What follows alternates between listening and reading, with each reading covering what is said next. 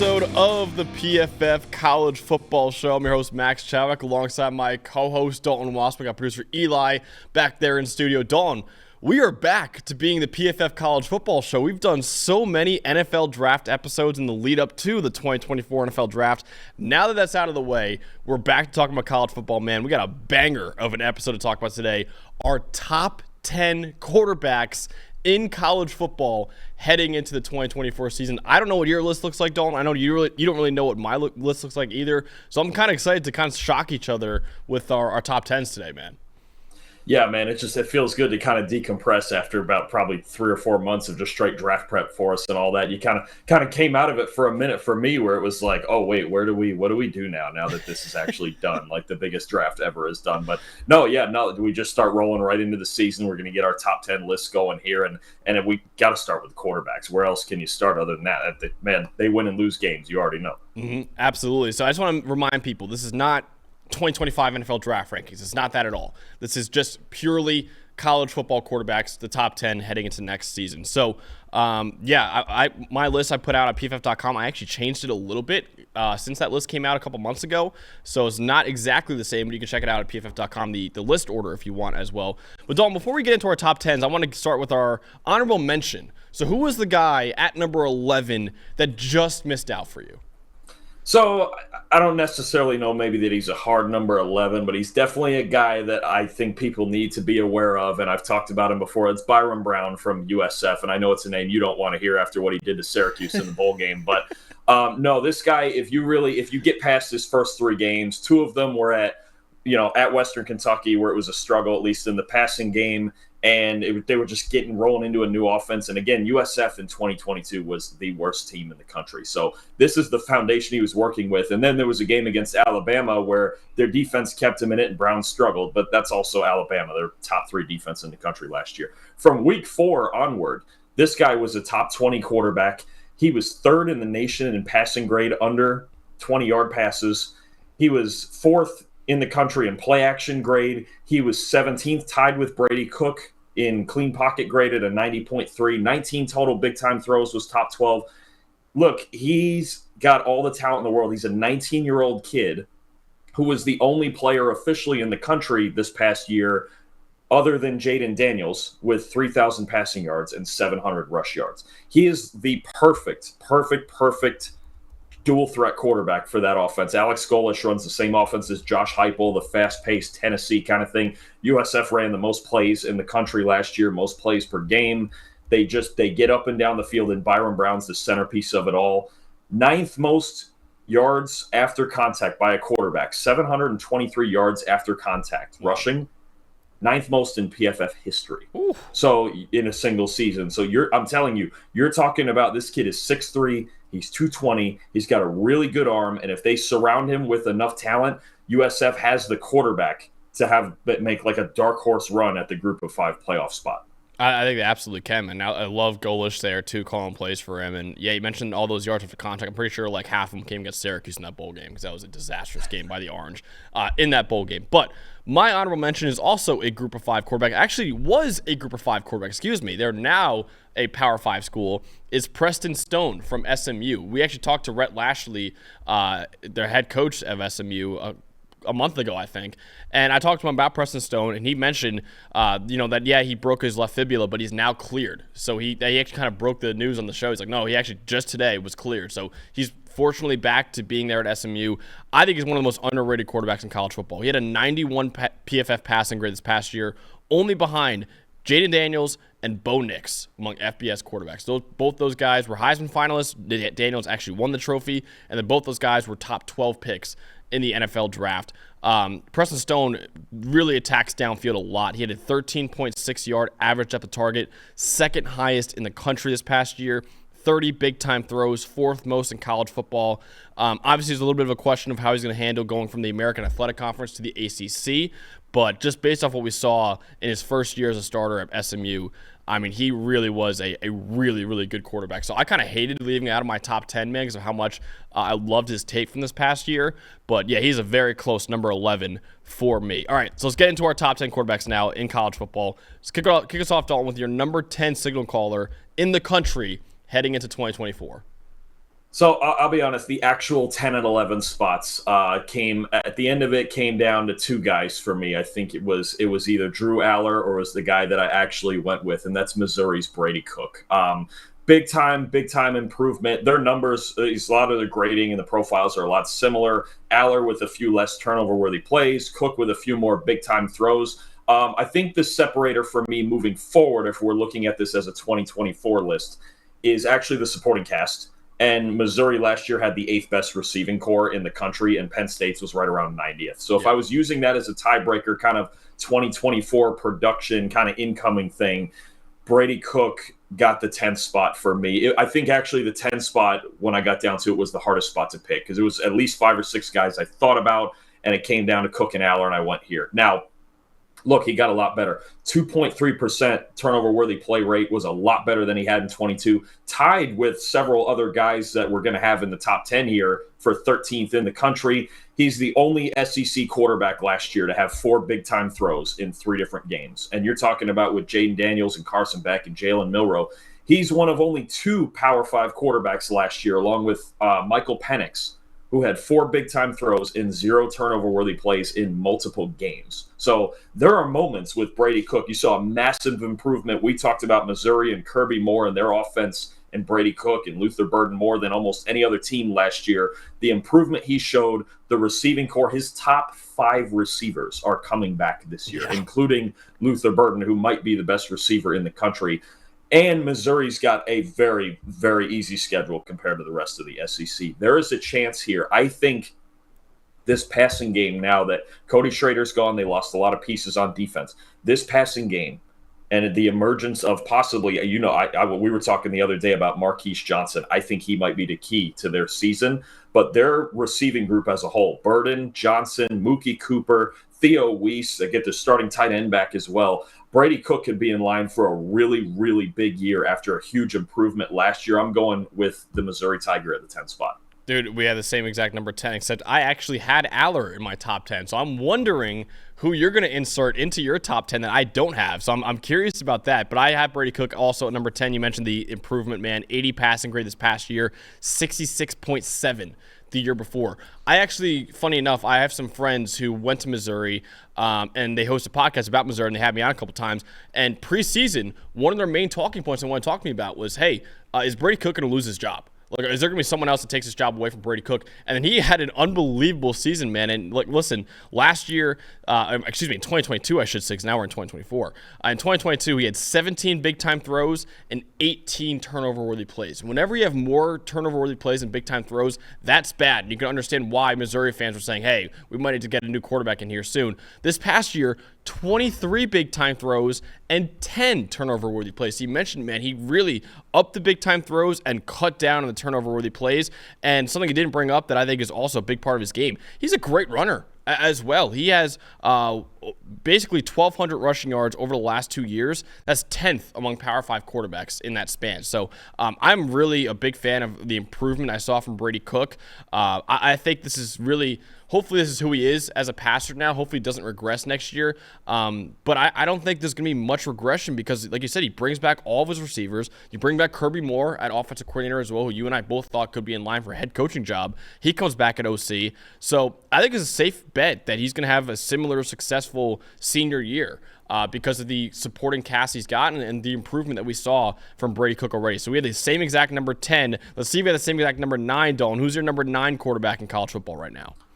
My number 9 is the guy you had as your honorable mention, Preston Stone at SMU. One of the hottest quarterbacks, especially during the second half of last season. You mentioned he was second in the FBS in average depth of target, throwing the ball downfield, multiple big-time throws in each of his final 9 games last season. They're really, when you got past when they lost at TCU, I believe in week 3 or 4, once they got into play in the American, which is obviously the big question with stepping up into the ACC, but I think they can do it. This guy was unstoppable, man. Yeah. They were Rhett Lashley, Preston Stone, what they were putting together before he broke his leg in what I believe was a game against Navy that was 49-0 halfway through the second quarter. They did that twice. I believe there was twice where they put up 49 points in the first half. I think against Tulsa also. Preston Stone, his last 8 or 9 games he was unstoppable, man. And I think the bigger thing for me. So you talk about, okay, then how do we get to this guy? How do we do it, right? Do we drop in coverage? Do we blitz him? Do we mix it up, right? An 89 passing grade when he wasn't blitzed and a 90 passing grade when he was. The only other two guys in the country with that combination of numbers were Jaden Daniels and Bo Nix. So you're talking about a guy who really just is not worried, in part because of the offense and just spectacular play calling, but he's not worried about what's going on in front of him. He's in clean pockets a lot, whether you have a blitz or not. He succeeds. He throws the ball downfield. And SMU, when they get rolling, especially when Stone was starting, I think Stone being hurt is actually, much like Jordan Travis with Florida State, is actually a big argument for why Liberty got taken over them for the New Year's Six. Because if you really look at the resumes, there's a big argument that it could have been SMU playing Oregon in that bowl game. I believe it was the Fiesta Bowl. Yeah, Fiesta, yeah. Where it's like SMU, Liberty had the easiest schedule in the country. SMU's two losses were to, I think it was Kansas. No, it was Oklahoma and TCU, two Big 12 teams on the road. So, no, I could see a road where Stone gets healthy, plays really, really well, and SMU competes in the ACC at the top of the ACC. Dude, I think so too. And you know, there's a lot of people that I've seen some takes on Twitter saying, oh, well, look how much the 4 new Big 12 schools struggled in their first year in the Big 12. Like, oh, SMU's going to – I don't think so at all. I think SMU, I think I put them in my top 25 teams heading into next year, and they're probably the 3rd or 4th best ACC team. I think there's a real chance SMU is competing for that ACC title next year, and if so, competing for a playoff spot as well. I think SMU is going to have a really good year. They have a lot of really talented players, even outside of Preston Stone returning as well. All right, my number 9 guy is Noah Fifita out of Arizona, who Mike Renner, formerly at PFF, now at CBS Sports, big congrats to Mike Renner, loves Noah Fifita for the NFL draft. I don't quite know if he's going to be much of a draft prospect considering how big he is. He's kind of like Bryce Young size. He's like 5'11", 195 pounds, and even that would be generous, honestly, that listed height and weight. But he's a tough player, man. He had a 73.3 passing grade this past year under pressure, which was 5th among all quarterbacks in the country. Even though he's a smaller quarterback, he routinely hung in the pocket, took some big hits, and still delivered the ball downfield. One of the most clutch quarterbacks as well. He had a 90.9 passing grade on 3rd or 4th down, which was 3rd in America. Now, the issue is, even though he's smaller, you would think that he's a good runner. He really isn't. He only had 80 rushing yards this past year on about 2 yards per attempt, so not really anything as a runner. And also only had a 2.6% big-time throw rate, which is 132nd in the country. But like I said, he's a tough kid. He makes some really, really fun plays, can escape pressure pretty well, and like I said, he plays under pressure really, really well. I really like him a lot, and him and Tetairoa McMillan, who is going to be either number 1 or number 2 on a receiver list when we do that. It's a really fun combination. And also, those guys have been playing together since middle school. They went to middle school together, then they went to high school together. Now they're at Arizona together. It's a really, really cool story that they have there. And now both of them, I mean, I have Fifita as a top 10 quarterback in the country. McMillan's a top 2 at least receiver in the country. Both of them are really good players as well. So really cool story. But yeah, I like Noah Fifita a lot. I don't quite know if he's going to be much of a draft prospect considering his height and the fact that he's just not as good as Bryce Young was, which is why people overlooked the size with him. But I still really like Noah Fifita as a college quarterback, and I think he's going to be a really fun player to watch next year.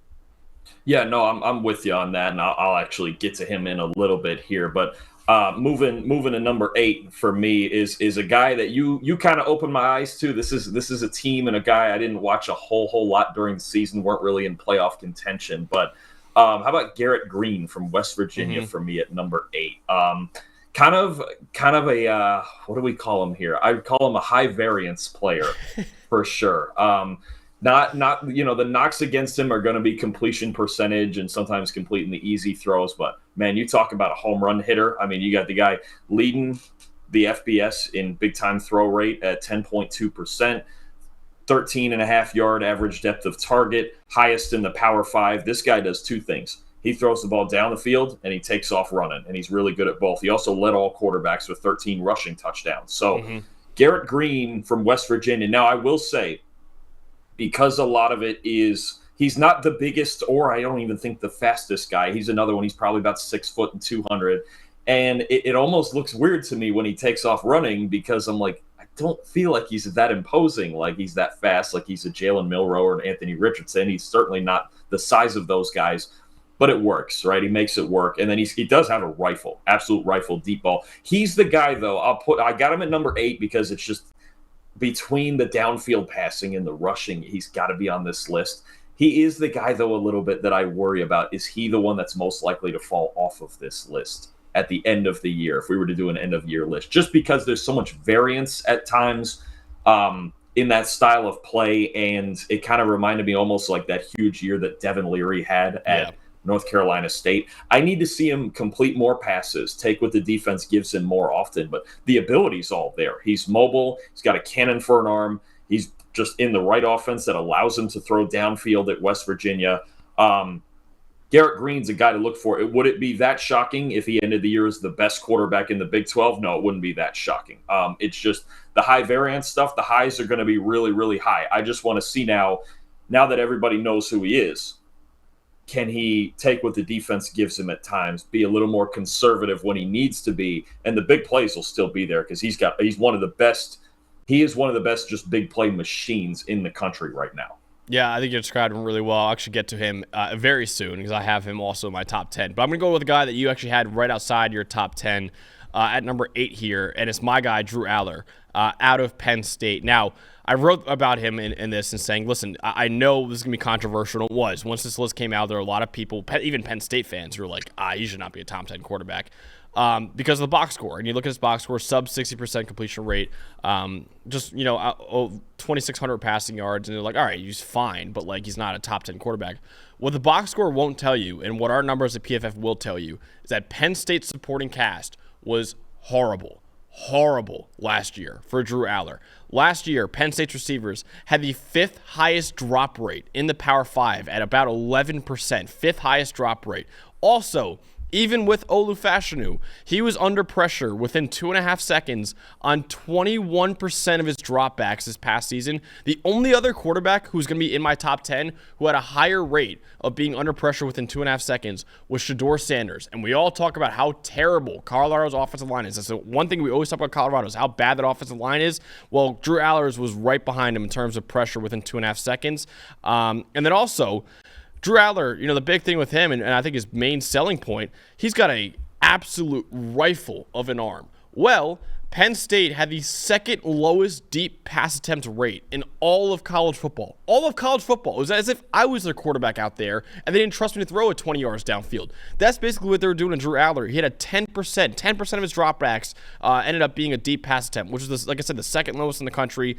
And then obviously his offensive coordinator, Mike Yurcich, was fired in November. That's how the play calling was bad, the receivers were terrible, and also the offensive line was not giving him as much help as he deserved. Despite all that working against him, he still had an 86.3 PFF grade, which is a top 20 mark among all quarterbacks in the country, 1.1% turnover-worthy play rate, only behind Bo Nix in the FBS. Only Bo Nix had a lower turnover-worthy play rate than Drew Aller this past year. I'm excited. So the only reason why I'm a little more optimistic this year is because of the new offensive coordinator, Andy Kotelnicki, which I know you've talked about extensively, Dalton. At Kansas this past year, Kansas' offense was 3rd in average depth of target at about 12.3 yards. So hopefully that means Drew Aller would take more shots downfield. And also, Kansas was tied for 2nd in the country in receiving grade. And other schools like Oregon and Washington were up there as well. And Kansas obviously doesn't have many superstar receivers. So hopefully that should help out Penn State's receiving core this year because they just lost their top receiver in Keandre Lambert-Smith. And they really didn't bring much to replace him. They got Julian Fleming from Ohio State, but he hasn't done much in 4 years. So I'm still worried about the supporting cast. I'm still very worried because I think the receiving core is still lacking. And obviously you lose 3 starting offensive linemen to the NFL draft as well. So the supporting cast still really worries me. I am excited about Andy Kotelnicki as a new offensive coordinator. Hopefully he can unlock Drew Aller a little bit more. But I'm still a little pessimistic about Drew Aller next year even because, again, he's so talented. He deserves to be on this top 10 in my opinion. But it's just the Penn State supporting cast really does scare me and might not let him fully showcase what he's capable of, honestly. Yeah, no, and I will say this, Kotelnicki is the reason for optimism because the way they ran their offense at Kansas, I think when I was watching it, the best way to describe it is he knows how to get a roster to punch above its weight class. Yes. Essentially. So Kansas, we know they may not have had, maybe other than Devin Neal, a single NFL caliber player on their offense, and yet they use the entire width of the field. It's a diverse running game. It's a downfield passing game. It uses the entire area of the field to make big plays, right? And as long as they have some sort of playmakers with a little bit of speed on the outside that can stretch the width of it, Aller's going to stand a chance. But it's going to take some time. It's a very complicated offense. They use motion more than any team in the country last year. Kansas did. So you're going to see a lot more wrinkles to Penn State's offense than you've seen in the past. So I think it's the supporting cast is definitely the reason for pessimism. Coach Kotelnicki is the reason for optimism. We'll see where that balances out during the season and if that style of football can work in the Big Ten instead of the Big 12. But I'm going to roll back to the Big 12 real quick here. Your number 9 guy, Noah Fifita, is my number 7 guy. And look, the big-time throw rate is low, but I think that's more. You have to remember, Jaden DeLora got hurt. Fifita was not supposed to start last year, right? He came in, he started, I believe it was the 4th game was his first start. His first 2 starts were even, I believe, against USC and against Washington. And that's a tough task to try to come in there and just step in and play, oh, here's Caleb Williams and Michael Penix, try to outduel him. And he almost outdueled Williams. I believe that game went to double or even triple overtime, and they lost by 1 point. So early on, Jed Fish kind of had it. It was conservative. It was high percentage. It was running the ball. It was asking Fifita to just run the offense. And the big reason for me that Fifita gets a higher ranking here for me than you is the last 4 games, especially a newfound willingness to throw the ball down the field. Okay. So through week 10, his passing grade on 10-plus yard throws was a 75.1, which is every bit of decent, right? His last 4 games, including that bowl game against Oklahoma, 10-plus yard throws, passing grade 93.3, which I believe was a top 5. I want to say a top 5 mark. I don't remember the exact ranking, but a 93.3 on 10-plus yard throws in his last 4 games. He figured out, look, I can throw the ball downfield. I've got receivers. Last year he had Cowing. He had McMillan. He still has McMillan this year, who is the 3rd best receiver in the country on 10-plus yard throws behind Xavier Legette and Malik Neighbors, 2 first-round picks. So I've got a downfield weapon, an elite downfield weapon at that. I know he's like, I know I'm a good decision maker. I'm not going to turn the ball over anyway. I really like watching him. I like Fifita's eyes the most when I watch him. You mentioned he's not that mobile. He's not going to take off that often. So his eyes move kind of in a similar way to Bryce Young, where it's like looking to throw, getting to my 2nd, 3rd, and 4th option, checking down when I can. Last year he had Coleman and Wiley. We'll see what he has at running back this year. But I just think the combination of, if Fifita is going to keep this downfield attack like he did late in the year, with McMillan as good as we think he is, those 2 guys, that might be the best quarterback-receiver combo in the country. It's entirely possible. But Fifita, for me, he showed me something different in his last 4 games, attacking downfield. If they keep that vertical element, he's going to be really, really dangerous. Yeah. No, I agree with that. I love Fifita, man. He's a really fun college quarterback. It's gonna be, again, the interesting debate is going to be the NFL projections because of how small he is. But as a college quarterback, I think he very much deserves to be in the top 10 on this list. All right, my number 7 guy is a guy that you already talked about as well, Garrett Green from West Virginia. You mentioned the highest big-time throw rate in the country, tied for first, like you said, with 13 rushing touchdowns in the country as well for quarterbacks. Also was 6th among Power 5 quarterbacks with 773 rushing yards. Also, another stat that I think is really cool, it's actually an important stat for quarterbacks, is pressure to sack conversion rate. So how often you're pressured and how often that results in sacks. He actually had the lowest pressure to sack conversion rate in the country at 4.8%. So really good job by Garrett Green of not taking sacks either. And he also had a 91 overall grade, which was 8th in America as well. You mentioned the high average of the target, 13.5 yards downfield, highest in the Power 5. Really, he's a big game hunter, man. That's a big way to describe it. He's gonna go for the big play almost every single time. And those big swings can lead to home runs, but they also can lead to strikeouts, which is why I think some people are a little bit lower on Garrett Green because his completion percentage is not that good, and his adjusted completion percentage is not that good either. He had a 63% adjusted completion rate, which is the 3rd worst in the Power 5 this past season. But again, it's important to contextualize that. He's not like he's inaccurate. It's just he's taking deep shots downfield, and obviously the deeper you throw the ball, the less likely it is you're going to complete it. So that's really why Garrett Green's completion rate is that low, but he is a really, really fun quarterback to watch, man. It's just I don't know how translatable it is to the next level, but man, he is going for the big play every single time, which is a fun watch. And honestly, he gets it enough where it's still worth putting in the top 10 because he does make some huge plays for West Virginia. But like you said, high variance is definitely the way to describe Garrett Green. But I like him a lot, man. I think he's a really, really fun college quarterback. And honestly, I think he's probably the most underrated quarterback in college football right now. I've seen a lot of these lists, and he's like nowhere to be found on any of them. I would argue Garrett Green might be the most underrated quarterback in the country right now. So he's my number 7. Who is number 6, Dalton, that you have? A very similar player to Garrett Green. I'm going to Tuscaloosa with Jalen Milroe. Wow. Same thing.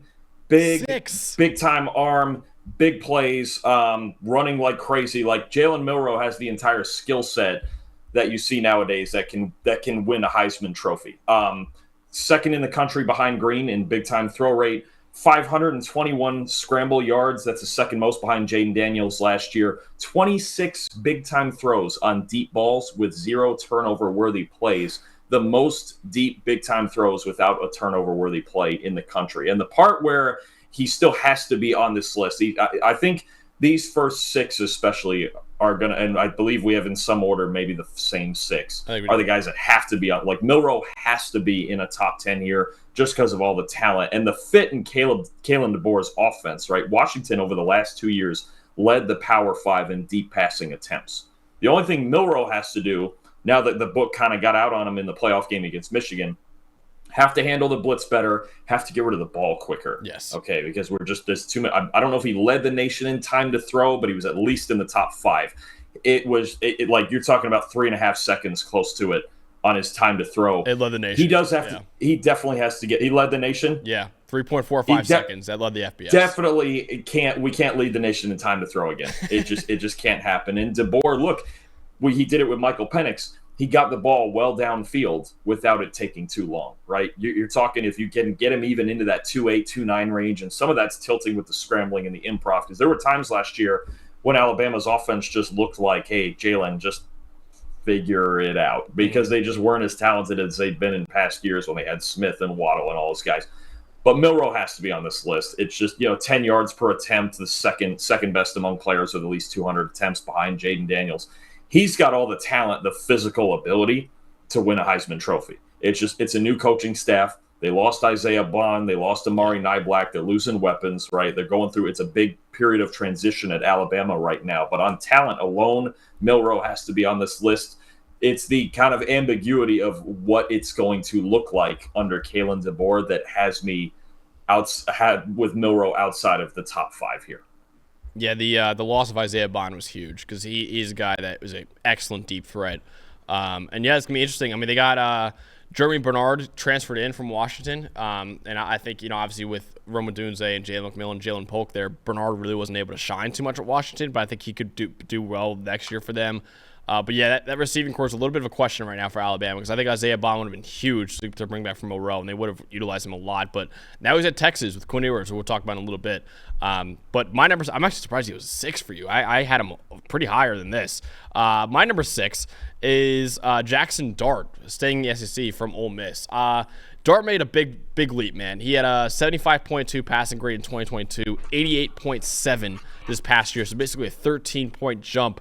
And really, the big reason for that was he got so much better outside of the pocket. In 2022, he had a 42.8 passing grade outside of the pocket, which was 111th in the country. This past year, went from a 42.8 to a 74.6, which was 15th in the country. And overall, his overall PFF grade was 6th among all quarterbacks in America at 91.2.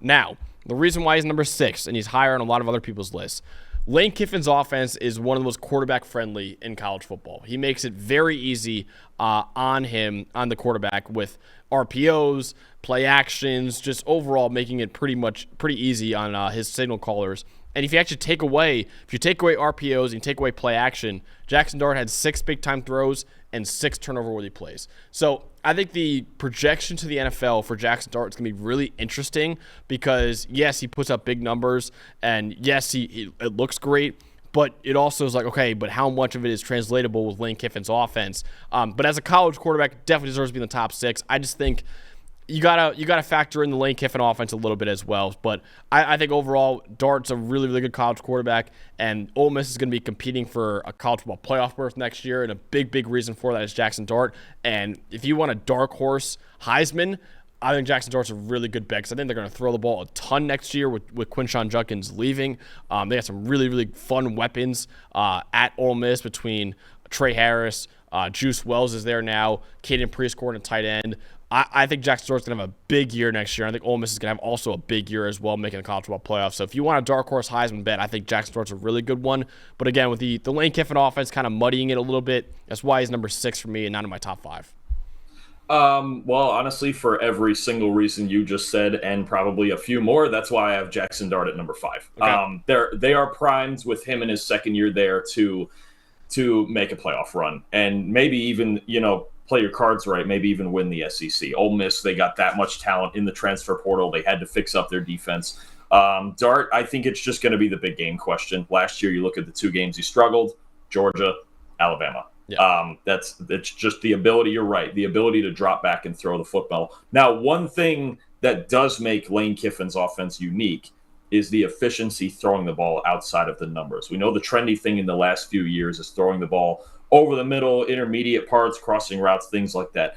Lane Kiffin in the passing game uses the entire width of the field. So let's take this outside the NFL numbers, take the college numbers, move them in 5 yards, and that's what we're talking about here. Outside of NFL numbers, Jackson Dart had a 92.4 passing grade on those throws last year, second in the nation behind Bo Nix. So he understands, especially in the play-action game, how to use this offense, his place in this offense. And now, we got weapons like Trey Harris and Caden Prescore that are really, really good. Look, 6th in intermediate grade, 5th in play-action grade, 2% turnover-worthy play rate. There's not a whole lot that Jackson Dart does wrong. I just need him to show up in the biggest moments. There comes a moment for every quarterback when everyone, I say it all the time, everyone and their mother in the stadium knows you're throwing the football. Can you do it in that situation? So as far as running the offense, and if they get the running game going and Kiffin gets, I still think he's arguably the best play caller in the country. If Kiffin gets the sequencing going and their defense holds up, Dart's going to be really, really good. That's the part that gives me confidence. We could talk about the NFL prospects later. Yeah. In this offense with these players and with Jackson Dart in another year of it, I could see Ole Miss finishing the regular season as a top 5 team with Dart at the helm, and I think that's hard to ignore. Everything about his profile except those really obvious passing situations. Like there's going to come a time, right? It's going to come a time where they're playing, I forget who's all on their schedule. They're playing at Georgia or they're playing at Bama where it's like, okay, this is the drive. Every quarterback has that one drive that's going to define their season. That'll be the moment we judge Jackson Dart. But on 95% of the profile, he looks good to me, honestly, especially with Kiffin as his coach. We're both big believers in Ole Miss this year, so I'll take Dart at number 5. Ahead of Milroe, I think there is less variance with Dart's game right now. I think that's fair. And you look at the schedule right now. They play Oklahoma on October 26th. They play Georgia on November 9th. LSU on October 12th. Those are some big games for Jackson Dart, I think. So going to be interesting how he does next year. I am shocked, Dalton, that I am lower on this guy than you, considering how much shit you gave me when I tried to put him in the first round of our mock draft, and you were like, absolutely not. And we thank you. And I still stand by that, by the way. I still stand by that. I cannot fucking believe I have Quinn Ewers lower on my list than you. This is crazy. I thought you were going to put Quinn Ewers at like 8 or something like that because you're that against him. But you're higher on him than me. He's on your list, right? Before I he's okay, on the list. he's on the list. I didn't leave him off in favor of something wild. Yeah, wow. No, he's on there. All right, Quinn Ewers is my number 5. I cannot believe I'm the low man on Quinn Ewers on this show, considering how of a screaming match we were getting at PFF because I wanted him in the top 32 of our mock draft, and you're like, absolutely not. But all right, here we go. Listen, Texas was finally back this past year because of Quinn Ewers. A big reason for that. He cut the mullet, and he cut the gunslinger mentality that kind of hindered him in 2022. His turnover-worthy play rate in 2022 was 3.6%. He cut it basically in half, or more than half, to 1.7% this past year. His passing grade went from a 70.9 to an 85.6. So really big time improvement for Quinn Ewers as a redshirt sophomore. However, why his NFL projection a little bit is a little bit, we're lower at least than most people, because I see a lot of number one overall talk for him. He led the Power 5 in play action dropbacks. He had 240 play action dropbacks this past year. And when you take those out, he wasn't nearly as efficient without play action. He had a 72.2 passing grade, or PFF grade, on non-play action dropbacks, which was 83rd in the country. Also, he's going to have to shoulder a lot more of the offensive weight without Xavier Worthy, Adonai Mitchell, Jordan Whittington, Jonathan Brooks, Jatavion Sanders. They lost a lot on offense. Yeah, they brought in some talented receivers, namely Isaiah Bond, who could be a first-round pick. The more I watch, I watched a lot of wide receiver tape yesterday. I think Isaiah Bond, we might have messed it up by not putting him in the first round. I think that guy's going to be a first-round pick next year. But he's going to be the top weapon. They got Matthew Golden there as well. Silas Bolden transferred in as well from Oregon State. So they have a brand-new receiving core, and Amari Niblack from Alabama is a really talented tight end as well. So they have new weapons there, but I just don't think it'll be as good as what they had this past year. But if he can keep improving, and if he can carry the offense more, I think the Longhorns are serious national championship contenders, and I could be more on board with Quinn Ewers being one of the top quarterbacks in the draft. It's just it's still a little more wait and see with Quinn Ewers right now. So he's my number 5 quarterback. I cannot believe that you are higher on Quinn Ewers than me in this quarterback list, though. Yeah, and we'll just keep the conversation going, because I do have him at number 4, and it's he's to me closer to Dart at number 5 on this list than he is to the top 3. I think there's a pretty clear gap between the top 3 and the rest of the list. Look, it's just the more numbers I look at, and it's like 13th in the country in passing grade, 6th in the country in turnover-worthy play rate, 8th in the country in play action grade in a heavy play action offense. More than half of his dropbacks are play action. He's a master of the RPO. I'll admit that part. Look, the last 2 years, when there's an RPO on, he's got an 82.9 passing grade, which is actually second in the country, right? He runs the same way that Dart runs Kiffin's offense to just that level of excellence. Ewers does the same thing with Sarkisian. The harder part with Ewers and why he can't be higher on this list than this is 4 is probably the absolute highest. It's that thing of, like, especially with college quarterbacks, and you know how things are year to year with college players. There can be a lot of variance. They're young kids. I think we pretty much know what we're getting out of Quinn Ewers. If nothing else, you're getting what you got out of him last year. The question is, do we know too much about what we're getting out of Quinn Ewers? He's got only two career games with 90-plus grades, but they were both against Alabama. So it's so hard to tell. Sense. It's a consistency thing. It's a ceiling thing. Like, can he I think it's a much closer to Dart than it is to the next 3 guys on the list, because can he, in those big moments when everyone knows we're dropping back, can he do that? He also does less. I mean, I was thinking about, really, the debate for me was it Ewers or Dart at 4 and 5? Which is it? I kind of settled in on Milroe at 6, and I kind of coin flipped it between these two, but you've got 2 very similar situations, right? The difference for me, Ewers has shown us the high end a little bit more than Dart in dropback situations, even though he's definitely less mobile than Jackson Dart. There is not a ton of improv with Quinn Ewers, and I think that's going to come into play with his draft stock too. But when you look at the running game he has, the weapons, he's got to gel with the weapons coming in with, like you mentioned, Isaiah Bond and Amari Niblack. And I really like Silas Bolden from Oregon State, man. I'm telling you right now, that's going to be a playmaker. He may even come in and be better than Jordan Whittington has been for them the last few years. It's just to me, the more I thought about it, more so than a high-end Heisman contending sort of thing. And I don't know that Ewers is good enough to win a national title. I really don't. It's a safe projection, especially with Sarkisian and the way they run their offense. The things he's good at in that offense, he's really, really good at. I have to admit that. I don't know that it translates to the NFL. I really don't. Right now, I wouldn't have him as a first-round guy. But if you're projecting Texas and their offense and their run game and these weapons and the way Ewers just knows how to run it. Now, like you've said it before, week 2, he could go into the big house in Ann Arbor and struggle, and we start hearing about Arch Manning, especially the way he looked in the spring game. There's going to be a question sometime this year of, is Quinn Ewers good enough to win a title? But by the numbers, it's a safe projection. and I was between him and Dart 4 and 5, and I went with Ewers, just knowing we've seen the high end in big spots, especially those two Bama games, a little bit more. Yeah, and I think him over Dart makes sense too because Dart, I mean, had a 58 passing grade this past year against Alabama, and the year before was a 65.1.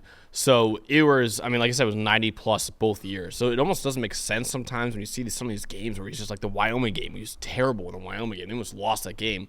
But then that was a week after Alabama. So it was like he had a 90.6 passing grade against Alabama, then a 50.2 against Wyoming the very next week. So it's just like the inconsistency is maddening sometimes with Quinn Ewers because you see him against the best secondary in college football just tearing them up, and then Wyoming, he just all of a sudden shits the bed. So, yeah, Quinn Ewers is maddening sometimes, man, but the arm talent is there.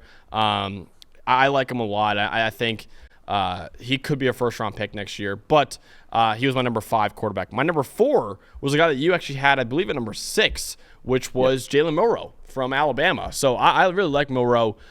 He's just a big play waiting to happen, man. He really is just like a better version, I think, of Garrett Green in a lot of ways, where was second in the country in big-time throw rate, only behind Garrett Green, 9.2%. 35 runs of 10-plus yards, which were 4th among FBS quarterbacks.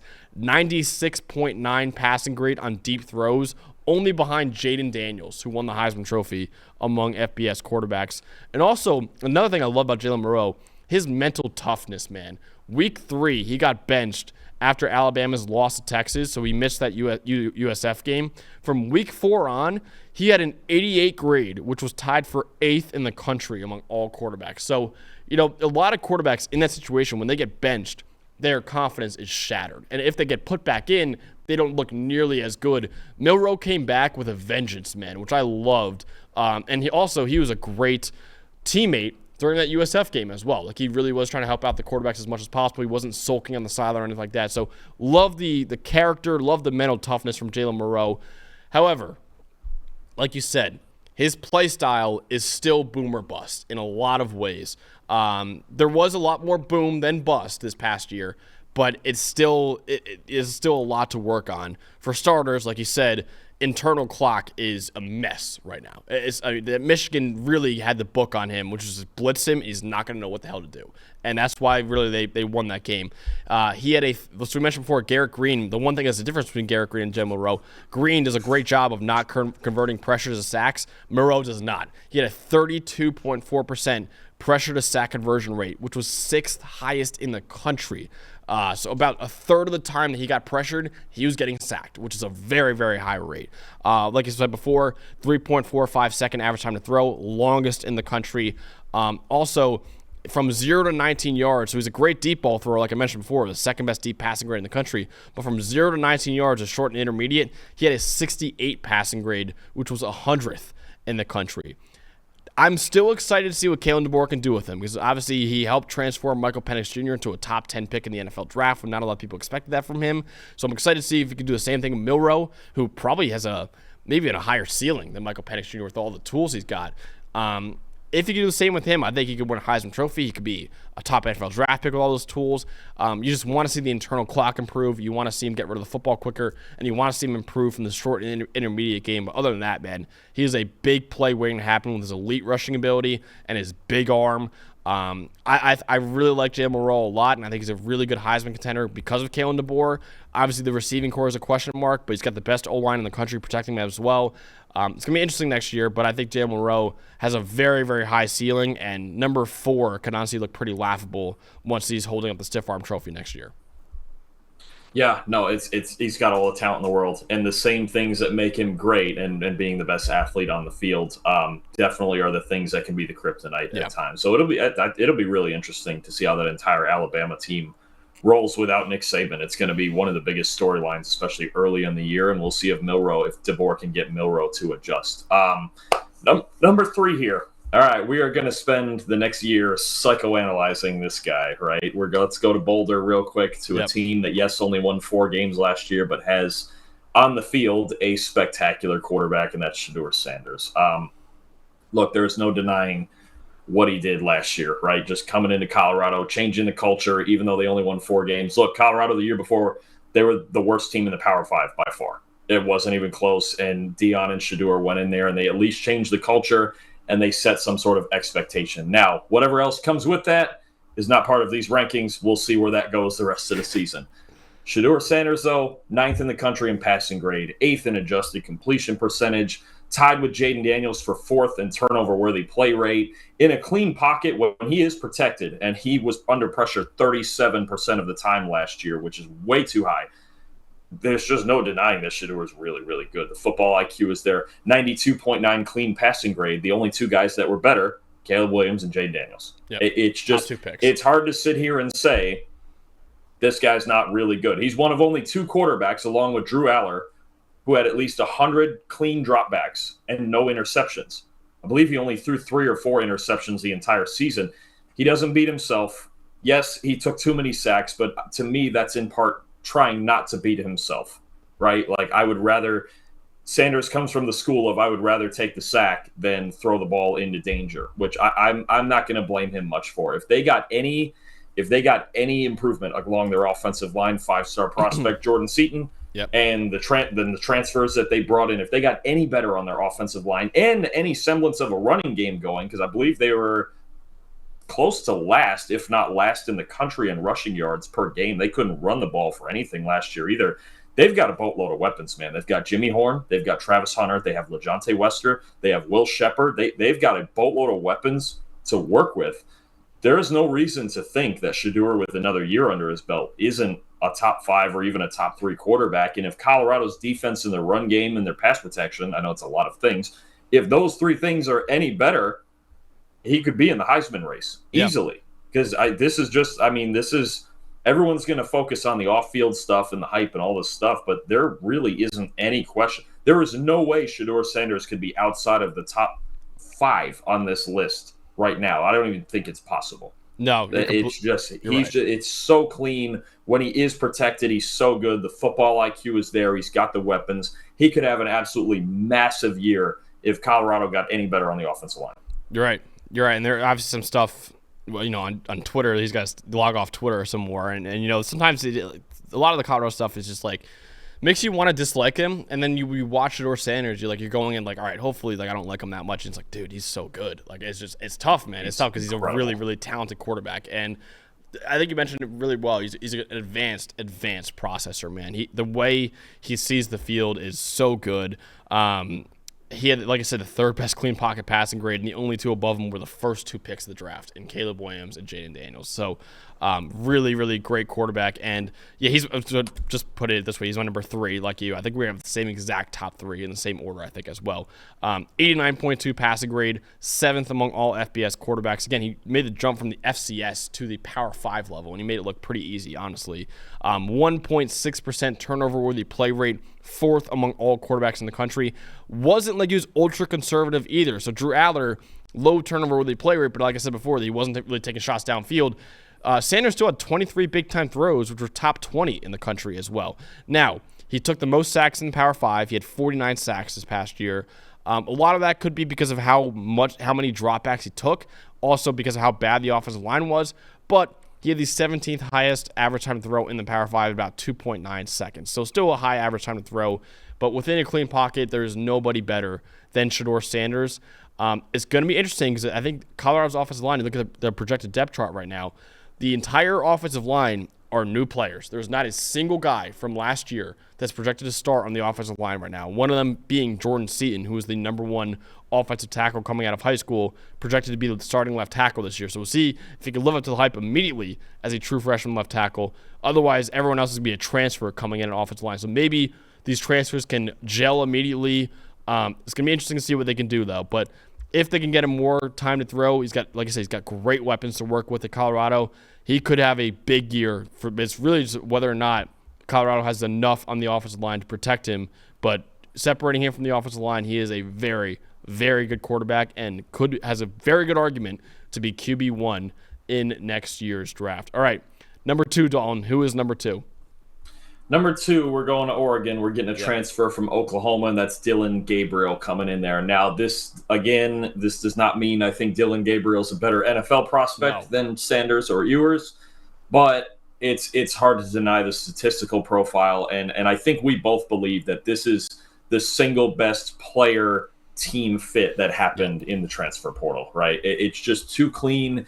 It's too clean of like, okay, we go from Bo Nix and we're still ready to contend with, we have Tej Johnson and Evan Stewart and Jordan James and all these weapons, and we'll just go get a solid veteran that knows how to run an offense like this, right? And Dillon Gabriel, look, during his time at UCF, during his time at Oklahoma, debate what you want about his NFL prospects, but he's really, really good. It's hard to deny that. Third best overall grade in the country last year.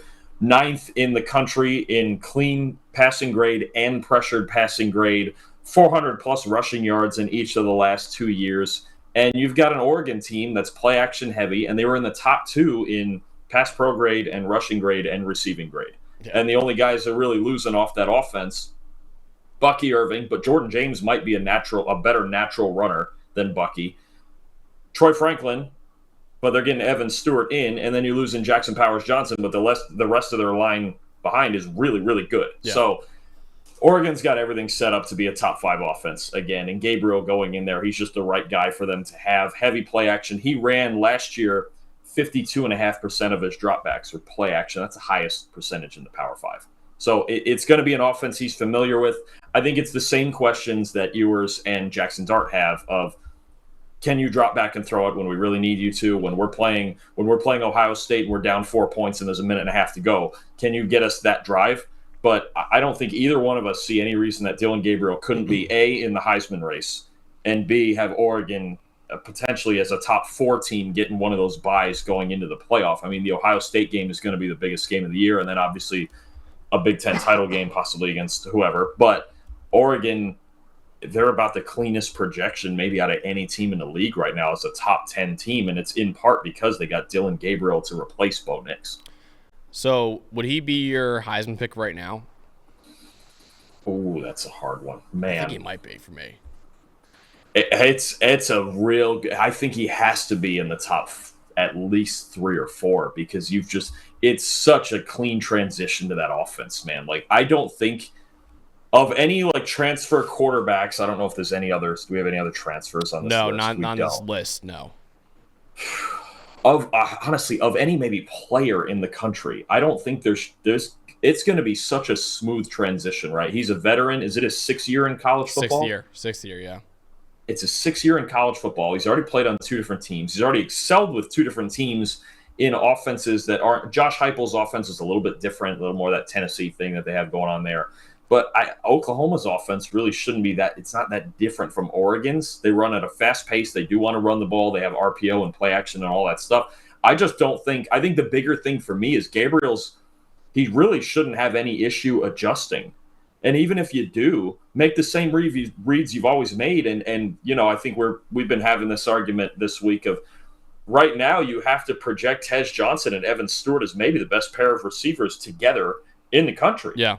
I mean, what more could you ask for if you're going to transfer to a school than what they have going in Oregon right now? I have bigger questions about their defense than their offense. Yeah, so Producer Eli just sent us the list of the Heisman odds right now. So Beck and Quinn Ewers are tied for first at plus 900, and then Dillon Gabriel is third at plus 1,000. So, yeah. I think it's reasonable. I think to have him third is perfectly reasonable. Beck and Ewers, we already know they're going to be in the playoff race too, but I don't see any issue with that. Gabriel's going to put up, again, we can debate his NFL stuff in the spring later on. Yeah. He's 5'11", 6 foot, about 200 pounds, not a huge arm. It's everything about his traits are kind of just solid, but he's going to put up huge numbers in this offense. I think I haven't locked it in yet, but I think he's going to be a Heisman pick. I really do, because I think Oregon's going to be one of the top teams in college football next year. I think they're going to be, right now I put them probably third behind Ohio State and Georgia in terms of the best teams in the country.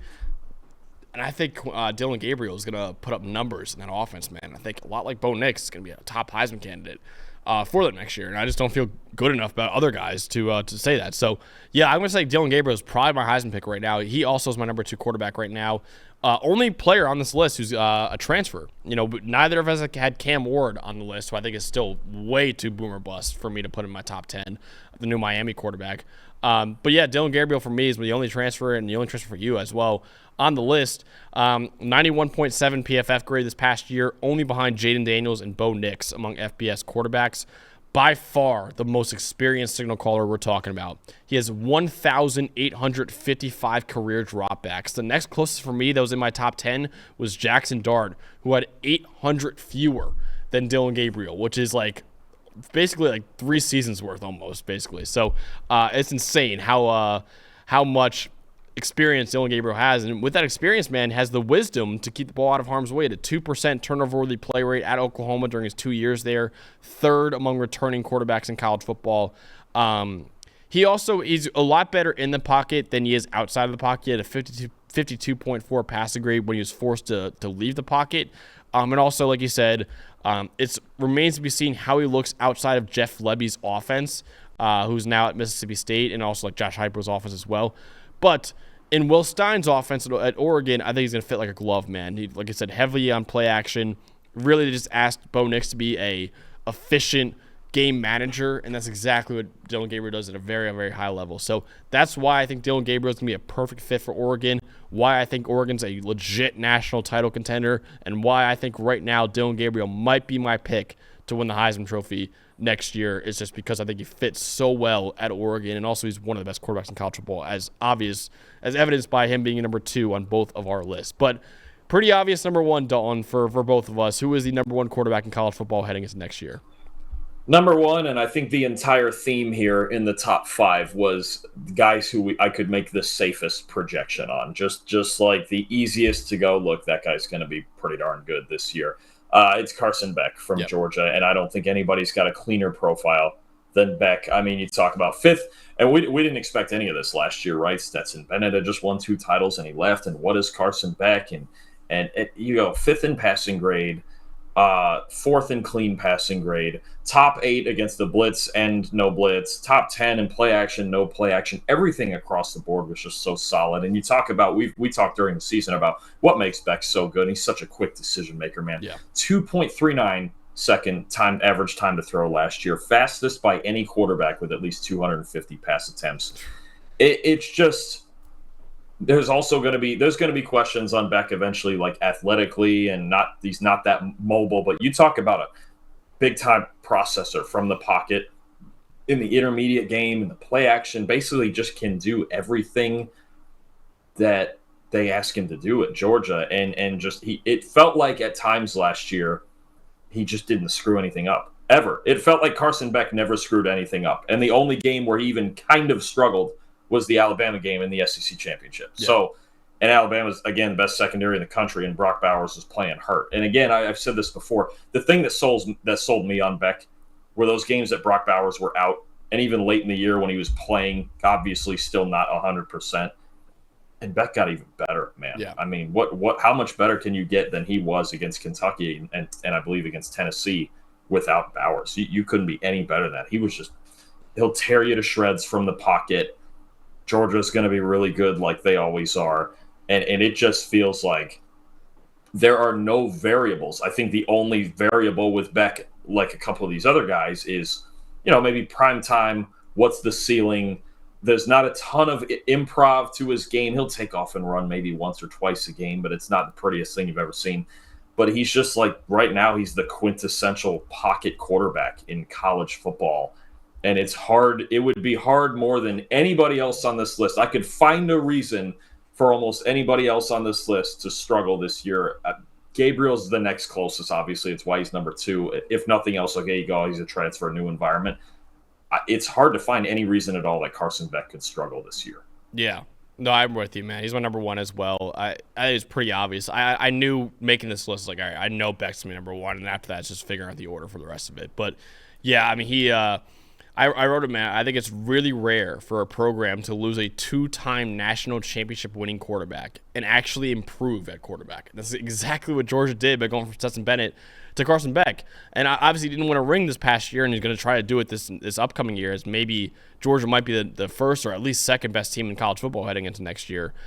He still was the 4th most valuable quarterback in the nation, according to our wins above average metric this past season. And the only 3 above him were all Heisman finalists, who all were top 15 picks in the NFL draft, in Bo Nix, Michael Penix Jr., and Jaden Daniels. He had a 91.5 overall PFF grade, 90.8 PFF passing grade, also 4th in the nation. You mentioned it, He's supremely accurate, precise timing. He had an 80.6% adjusted completion rate this past year, which if you don't know, adjusted completion rate is basically your completion percentage plus any drops that your receivers have as well. So 80.6%, that was third in the country. 2.39 second average time to throw was the fifth fastest in the country as well, among guys with 150 dropbacks.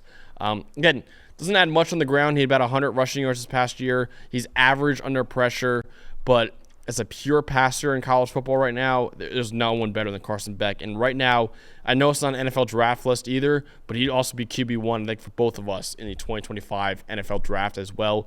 Again, it's not a loaded quarterback class in college football right now, Dalton, but some definitely some intriguing guys that we should keep an eye on. Now, I wanted to ask you, before we leave, is there anyone who's like a new starter this year, or anyone that like you just haven't seen enough from yet, but you were considering and you think could join the list? Like a guy like Connor Wegman from Texas A&M could be a guy that could have made an argument for this. Nico Iamaleava from Tennessee, I think, could have a huge year at Tennessee this year. Again, he hasn't started yet, so I don't want to put him in the top 10. Is there anyone like that you think could be on this list next year? Just we haven't seen enough from them yet, honestly. A guy that I really wanted to consider for number 10, but I just don't actually know if he's going to start, is Chandler Rogers, the transfer from North Texas to Cal. Yeah. I know Cal likes Fernando Mendoza a lot. He did some okay work for them at the end of last year, but I'm not sure where that competition stands. I really, really like Chandler Rogers' fit at Cal. There was a handful of other guys. Iamaleava, that's one for Tennessee where it's like you just always put up numbers in that offense, man. The stats just always pop off in Heupel's offense. That he was another one where I was like, if I was going to go with a young kid, that might be it. Just because that offense is so quarterback friendly, right? We've seen it with Hendon Hooker. Joe Milton still put up good numbers and got himself drafted, even though he had some accuracy issues. This is the same reason that I love Byron Brown from USF. They run that same exact offense. So it's a numbers kind of offense. Wegman, I'll be honest with you, I'm not yet sold on Wegman. Mm-hmm. I get he played well in 4 games last year, but it's also 4 games. And I know he was good against Miami, had a couple of gimmies against New Mexico, and I can't remember the other group of 5 team they played. I'm not totally sold on Wegman. Definitely those other. Chandler Rogers was one I really. If I knew he was starting at Cal, he was actually in consideration even for number 10 on this list. I like him a lot, and I think he's going to start for Cal at some point this year. I just don't know when that's going to be and how that's all going to fit. And now they're in the ACC, and where if they play Mendoza and they start 1-3 or something happens, what's going to happen there? That's one that I was looking at, that I just don't know if he's starting. So it's hard to put a guy on a list if I don't know if the team is actually going to play the best quarterback on their team. Yeah. Yeah, I think Cam Rising, obviously we've known a lot about Cam Rising, but he's coming back. Mm-hmm. That's another one that I think Caden Salter hurt to not put on the list either. He had a great year last year, but just the level of competition, it was just hard for me to put him in the top 10. Jalen Daniels as well. Another young kid who I'm really high on is Jackson Arnold from Oklahoma. I think that guy's going to have a good year at Oklahoma next year, so I'm excited to see what he can do. Just again, he didn't do much besides just him and Nico only played the bowl game. So it's like, I can't put a guy who only played a bowl game. But both those guys were 5-star recruits. Both those guys were in great environments, I think, at Oklahoma and Tennessee. I'm really excited to see what they could do for their teams next year. Malachi Nelson at Boise State could be a fun one. Tell you another guy that I don't think either one of us even thought about, and a lot of other people I'm sure would, is if we had not mentioned Riley Leonard one time on this show. Yeah. And there's going to be a lot of people that I'm sure they're going to. Well, he's at Notre Dame now, but I have issues with Leonard's accuracy. But that'll be a name on other lists, other top 10 lists. If people do the same sort of thing, that Riley Leonard's probably going to make some of them. So that'll be the big name to watch. Obviously, being at Notre Dame now, but he's another one that I'm sure some people have floating around this feeling like, oh, he'll be a lot better at Notre Dame than he was at Duke. Yeah, Will Howard is high in Heisman odds. I think he's fine. Will Howard was one I thought about for like that 9-10 spot where it's projection big time. It is, but we just have to see it. Yeah. We have to see it consistently. I was going to ask you guys about that. With the Ohio State quarterback room, a lot of people are very high on the Isn't it Air Noland? Is his Aaron name? Nolan is there. Julian Sayin is the other 5-star quarterback there. Yeah, their quarterback room. I mean, if you're ranking off quarterback room, do they have the best quarterback room in college football? That or Texas. Probably With Texas. You got Oregon too. Or Oregon. Dante Oh yeah, Moore, I man, forgot they got the UCLA guy. Dante's just young as hell, man. He's really young. He's got an absolute hose. I could see a year of sitting behind Gabriel being really good for Dante Moore too. I think So we'll do another episode next week. Best quarterback rooms in 2024. We could honestly, if we have time this offseason, I think those could be those position unit rankings could be really fun. You know, a guy who was quietly harder to leave off this list for me than it should have been, just because of the coach he plays for and what we saw in one game, is Miller Moss. Yeah, that's it's projecting. It's one game, but look. Lincoln Riley quarterbacks always end up in the top 10 somehow, right? Yeah, that's true.